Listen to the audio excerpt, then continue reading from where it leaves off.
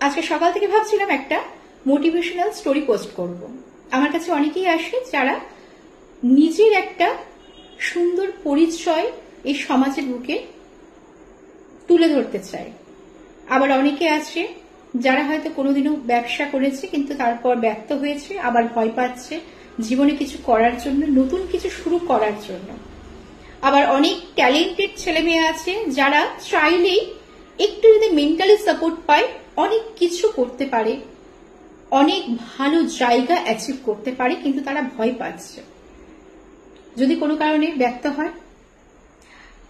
আজকে সবার জন্য একটা আমি গল্প বলছি। এই গল্প অন্য কারণ নয়, এই গল্প আমার নিজের জীবনের গল্প। এই গল্প আজ থেকে কিছু বছর আগে দু চোখ ভরে স্বপ্ন দেখা একটা মেয়ের গল্প। দেখুন, আমরা যতই দেখাই আমরা খুব স্ট্রং, আমরা খুব মেন্টালি স্ট্রং, আমরা হাঁটতে জানি না, আমরা কষ্ট পাই না, আমরা সব সময় আমরা খুব আমাদের মনটা খুব শক্ত, তবুও তো রক্ত মাংসে গড়া মানুষ। আমরা যতই দেখাই না কেন সবার সামনে প্রচন্ড স্ট্রং, তবুও তো আমরাও তো মানুষ। সেখানে দাঁড়িয়ে আমি আমার জীবনে কথা বলছি, যদি কিছু মানুষ এটাতে ইন্সপায়ার্ড হয়, কিছু মানুষ যদি সাহস করে জীবনে আবার এগোতে পারে, আমি মনে করব যে আমার এই কথাগুলো বলা এখানে সাকসেস। আজ থেকে বেশ কিছু বছর আগেকার কথা বলছি। আমিও আমার অতীতে ফিরে যাচ্ছি। মানে আমার কর্মজীবন শুরু হয় টিউশনির মাধ্যম দিয়ে, তারপর শুরু হলো চাকরি। আমি চাকরি করতাম, তারপর সেখান থেকে আমি পরিকল্পনা নিলাম যে আমি নিজস্ব ব্যবসা করব। আমি খাবারের ব্যবসার প্রতি বরাবরই একটা আমার ইচ্ছা ছিল যে আমি যদি কোনো ব্যবসা করি আমি ফুড রিলেটেড ব্যবসা করি, একদম ঘরোয়া খাবার, যেটা হোম ডেলিভারি। একটা খুব সুন্দর একটা কিচেন খুলবো যেখানে স্টুডেন্ট, তারপর অনেকেই আছে যারা হয়তো চাকরির জন্য বাইরের থেকে এসে তারা যাতে একদম ঘরোয়া খাবারটা পায়। এই স্টুডেন্টরা যারা হোস্টেলে থাকছে তারা যেন পুরো ঘরোয়া খাবারটা পায়, সেজন্য আমি একদম ঘরোয়া খাবারের একটা হোম ডেলিভারি খুলবো। তো সেই স্বপ্ন নিয়ে নামলাম, সেখান থেকে শুরু করি রান্নাঘর। যাই হোক, সেখান থেকে হোম ডেলিভারি চলতে থাকে। রেসপন্স এত ভালো আসে, 1.5 বছরের মাথায় 3টে ব্রাঞ্চ খোলা হয়। 3টে ব্রাঞ্চ থেকে খুব সুন্দর ভালো ভালো রেসপন্স আসতে থাকে, ব্যবসা বাড়তে থাকে। আমিও ভাবি যে আমি সাকসেসফুল, আমি যে ব্যবসাটা খুললাম সত্যি আমি ঠিকই পরিকল্পনা করলাম এবং আমার পরিকল্পনা মতো ব্যবসা আস্তে আস্তে বড় জায়গায় পৌঁছতে থাকে। তারপর বলে ভাগ্যের পরিহাস, কোভিড। অনেক বড় বড় ব্যবসাদারদের ব্যবসা সেখানে বন্ধ হয়ে যায়। সেখানে আমার মতন একজন সেখানে ছোট ব্যবসায়ী আর কতদিন বা চালাতে পারবে? বসে বসে 6 মাস তাদের পেমেন্ট দিলাম স্টাফদের, কিন্তু আমার যতজন স্টাফ ছিল, আমার স্টাফ হোক বা আমার যে পার্সোনাল ড্রাইভার ছিল, প্রত্যেকজন হেল্পফুল ছিল। সে সময় প্রত্যেকজন আমাকে সাপোর্ট করে। তবুও 6 মাস আমি যারা যেতে পারেনি, যারা বাড়ি যেতে পারেনি, বা যারা হোস্টেলে থেকে গেছে, বা যারা অফিসে কাজ করতো তারা কোনো মতে বাড়িতে যেতে পারেনি, তাদের খাবার ডেলিভারি হতো। কিন্তু সেটা সংখ্যাটা খুব কমে গেছিল। মানে এক ধাক্কায় সে সংখ্যাটা এতটাই নেমে গেছিল যে সেখান থেকে এরকম ভাবে ব্রাঞ্চ চালানো, সেখানে টাকা পয়সা দেওয়া, তারপর স্টাফ পেমেন্ট দেওয়া, এটা অসম্ভব। সেভিংস থেকে দেওয়া শুরু হয়, কারণ যজন খাবার নিচ্ছিল সেই সংখ্যাটা প্রচন্ড কম, খুবই কম সংখ্যা। কারণ এতটা, আমি যখন একটা ব্রাঞ্চ থেকে 3টে আরো 2টো ব্রাঞ্চ ওপেন করি, তখন কি ব্যবসাটা যে পরিমাণটা ছিল সেটা ভেবেই তো আমি ওপেন করেছিলাম যে আমি জানি আমাকে স্টাফ পেমেন্ট করতে হবে, আমাকে আদার্স সমস্ত কিছু খরচা আছে। সেখানে দাঁড়িয়ে যখন ব্যবসাটা এক ধাক্কায় নেমে গেল, সেভিংস থেকে কত পেমেন্ট করব? তাও চলতে থাকে। কিন্তু যখন মনে হলো যে এই ব্যাপারটা দীর্ঘদিন পর্যন্ত থাকবে বা দীর্ঘ সময় পর্যন্ত থাকবে, তখন আমি মনস্থির করলাম এটা অসম্ভব, চালানো সম্ভব নয়। ব্যবসা বন্ধ করে দিলাম। সবাইকে জানালাম এই ব্যাপার, এই পরিস্থিতি আমার পক্ষে আর চালানো সম্ভব নয়। সবাই বুঝতেও পেরেছিল, কারণ তারা তো চোখের সামনে সব দেখছে। ব্যবসা বন্ধ করে দিলাম। তো কি হয় জানেন তো, ব্যবসা হচ্ছে দেখবেন মাতৃগর্ভে যখন সন্তান থাকে, সন্তানকে প্রসব করে, তখন অনেক মানে সুন্দরভাবে তাকে লালন পালন করে, তাকে মানুষের মতন মানুষ করে তোলে, সে যাতে জীবনে একটা বড় ভালো জায়গায় মানুষের মতন মানুষ হয়ে উঠতে পারে, প্রতিষ্ঠিত হয়। তো মা বাবার কি স্বপ্ন থাকে, যখন তারা একটা বয়স যখন তাদের হবে, তখন যাতে সেই সন্তান যেন অন্তত তাদেরকে দেখে।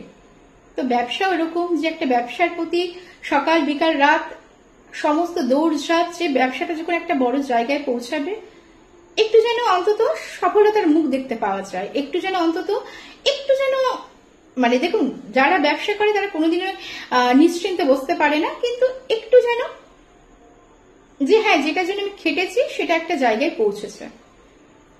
তো ব্যবসা যখন বন্ধ মানে করতেই হবে, আমি যে কষ্ট পাইনি যদি বলি সেটা আমি ভুল বলবো।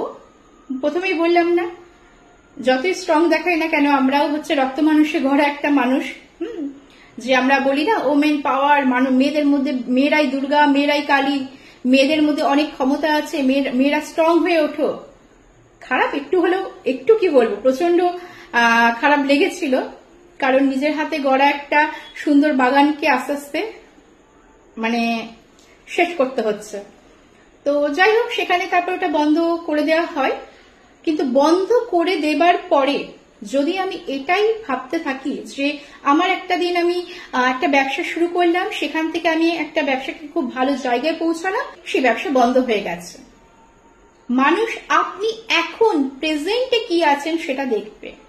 আপনি পাস্টে কি ছিলেন, আপনি পাস্টে কত বড় জায়গায় ছিলেন, আপনি পাস্টে কত ভালো বিজনেস করেছেন বা কি ছিলেন, আপনার কেউ দেখবে না। আপনি প্রেজেন্টে কি আছেন, আপনি ফিউচারে কি আছেন, সবসময় মানুষ সেটা দেখবে। আর একটা কথা মনে রাখবেন, অসফল যে হয় তার পাশে মানুষ থাকে না, সফল ব্যক্তির মানুষে মানে যারা সফল হয় তাদের সামনাসামনি ঘিরে দেখবেন প্রচুর মানুষ থাকে। এটা শুনতে খারাপ লাগলেও এটাই কিন্তু বাস্তব।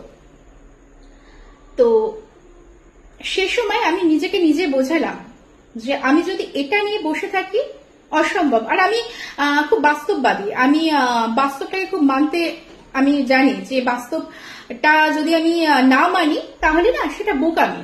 যেটা ঘটার তো ঘটেই গেছে, এবার সেটা নিয়ে যদি আমি সারাদিন বসে থাকি, সেটা মানে আমারই মনে হবে আমার সময় নষ্ট, এমনকি আমি নতুন কিছু শুরুও করতে পারবো না। আমি শুরু করলাম আমি বললাম যে যখন এটাতে আমি মানে এতটা জায়গায় আসার পর যখন আমাকে সরে যেতে হলো, তো আমি অন্য ফিল্ডে আবার নিজের একটা পরিচয় তৈরি করব। আমি শুরু করলাম মেকআপ ফিল্ডে আসা। তারপর যাই হোক, একটার পর একটা স্টেপ, কসমেটোলজি, তারপর first, second, third, fourth level makeup. হ্যাঁ, কারণ আমার মধ্যে একটা সবসময় একটা ইচ্ছা ছিল, আমি যে জিনিসটা করব সেটার হায়ার ডিগ্রি আমি অ্যাচিভ করব। আমি যেটাই করব না কেন সেটা আমি হায়ার ডিগ্রি করব।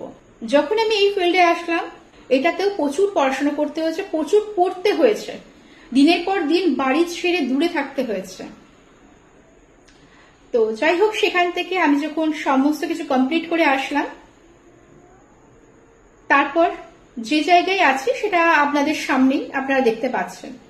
তো একটা কথা সবসময় মনে রাখবেন, কোনো কিছু থেকে যদি ব্যর্থ হয়ে যান, আপনি সফল থেকে ব্যর্থ হয়েছেন সেটা মানুষ মনে রাখবে না। আপনি সফল থেকে ব্যর্থ হয়েও আবার যদি সফল হন, নিজের আবার পরিচয়, সে আপনি যে ফিল্ডে থাকুন না কেন, সেখান থেকে ব্যর্থ হয়ে যদি আবার সেই ফিল্ডেই বা অন্য যে কোনো ফিল্ডেই হোক না কেন, আবার যদি আপনার একটা জায়গা, আবার যদি আপনার সেই নাম, আবার যদি সেই জায়গা তুলে ধরতে পারেন, আপনি কিন্তু তাহলে প্রকৃত সাকসেসফুল মানুষ একজন। তাই কোনো কিছু যদি আপনাদের জীবন থেকে চলে যায়, সেটা ভেবে বসে থাকবেন না। সেটা বসে থাকা মানে কি জানেন তো? হ্যাঁ, কষ্ট তো স্বাভাবিক লাগবে, আমার কি লাগেনি, আমারও লেগেছিল, কিন্তু সেটা যদি ভেবে বসে থাকেন তাহলে কিন্তু সময় নষ্ট কাজের প্রতি, এবং আপনি পরবর্তী কোনো স্টেপে এগোতেই পারবেন না। যে পজিশনে আছেন, মনে রাখবেন সবসময়, কাল কি হবে আমরা কেউ জানি না। আমরা কেউ জানি না কালকের দিনে আমরা আদৌ আমাদের জীবনে কি দিন আসতে চলেছে, কিন্তু আজকে যে দিনটা আছেন চেষ্টা করে যান, কঠোর পরিশ্রম করে যান, যাতে কোনোদিন যদি ব্যর্থ হন এটা যেন আপনার মধ্যে না আসে যে আমি তো চেষ্টা করিনি। আপনি চেষ্টা করেছেন তারপর ব্যর্থ হয়েছেন, সেটা একটা আলাদা ব্যাপার। আপনি চেষ্টা করেছেন, আপনি আপনার 100% দিয়েছেন, তারপর ব্যর্থ হয়েছেন, কিন্তু চেষ্টা তো করুন। কিন্তু একটা কথা জেনে রাখবেন, যদি সৎ পথে চলেন, যদি আপনি কঠোর পরিশ্রম করেন, আর আপনি যদি কিছু একটা ভালো কাজ করে যান, আপনার পাশে কেউ থাকুক না থাকুক, উপরে যিনি আছেন, কেউ হয়তো মানেন, কেউ হয়তো মানেন না, তার একটা আশীর্বাদ আপনার জীবনে থাকবে। আর মনে রাখবেন, ব্যর্থ মানুষ যখন সফল হয়, সে সফলতা কিন্তু অন্য রকমের হয়, কারণ সে জানে তার জীবনের গল্পটা সে ভালো মতন করে জানে। জীবনে এগোন, জীবনে অনেক এখনো অনেক সময় পড়ে রয়েছে, এই তো মানব জীবন, আমরা কেউ কিন্তু এখন আর 100 বছর বাঁচবো না। তাই যতদিন জীবনটা পেয়েছেন কিছু করে যান, নিজের একটা পরিচয় তৈরি করে দিয়ে যান, যেন আপনি যখন আছেন তখনও যেন মানুষ মনে রাখে, আপনি চলে যাবার পরেও যেন মানুষ মনে রাখে যে আপনার মতন কোন একটা মানুষ এই পৃথিবীতে ছিল, এই সমাজের বুকে ছিল, যে তার নিজের পরিচয় নিজে স্থাপন করেছে নিজের চেষ্টায়। আর কি, যাতে আপনার চলে যাবার পরে আপনার পরিবার যেন কারো কাছে মাথা নিচু না করতে হয়, কারোর কাছে যেন কিছুর জন্য যেন হাত পাততে না হয়। পরিবারের জন্য কিছু করে দিয়ে যান, নিজের একটা পরিচয় স্থাপন করে দিয়ে যান। আর আমি মনে করি, বসে যদি স্বপ্ন দেখেন, সে স্বপ্ন কোনোদিন সাকসেসফুল হবে না, যতক্ষণ না আপনি ফিল্ডে নেমে আপনাকে কঠোর পরিশ্রম করতে হবে। আর তার জন্য দরকার প্রচন্ড নলেজ। যেই ফিল্ডে যাবেন সেই ফিল্ডের প্রতি পুরো আপনাকে তখন নলেজ নিয়ে আসতে হবে, আপনাকে তখন জ্ঞান আপনার মধ্যে নিয়ে আসতে হবে, যাতে দেখবেন সব জায়গায় যেই ব্যবসায় করুন না কেন, আপনার সাথে কিন্তু বা আপনার সামনাসামনি কিন্তু অনেকেই চ্যালেঞ্জিং থাকবে, কিন্তু সেটা কি আপনার যখন ওই ফিল্ডের উপর তখন নলেজ থাকবে না, আপনাকে সাকসেসফুল হতে কেউ বাধা দিতে পারবে না, আপনাকে নামাতে কেউ পারবে না। আর আপনার পথটা, আপনার যে ওয়েটা, সেটাও কিন্তু খুব ভালো থাকতে হবে, সৎ থাকতে হবে।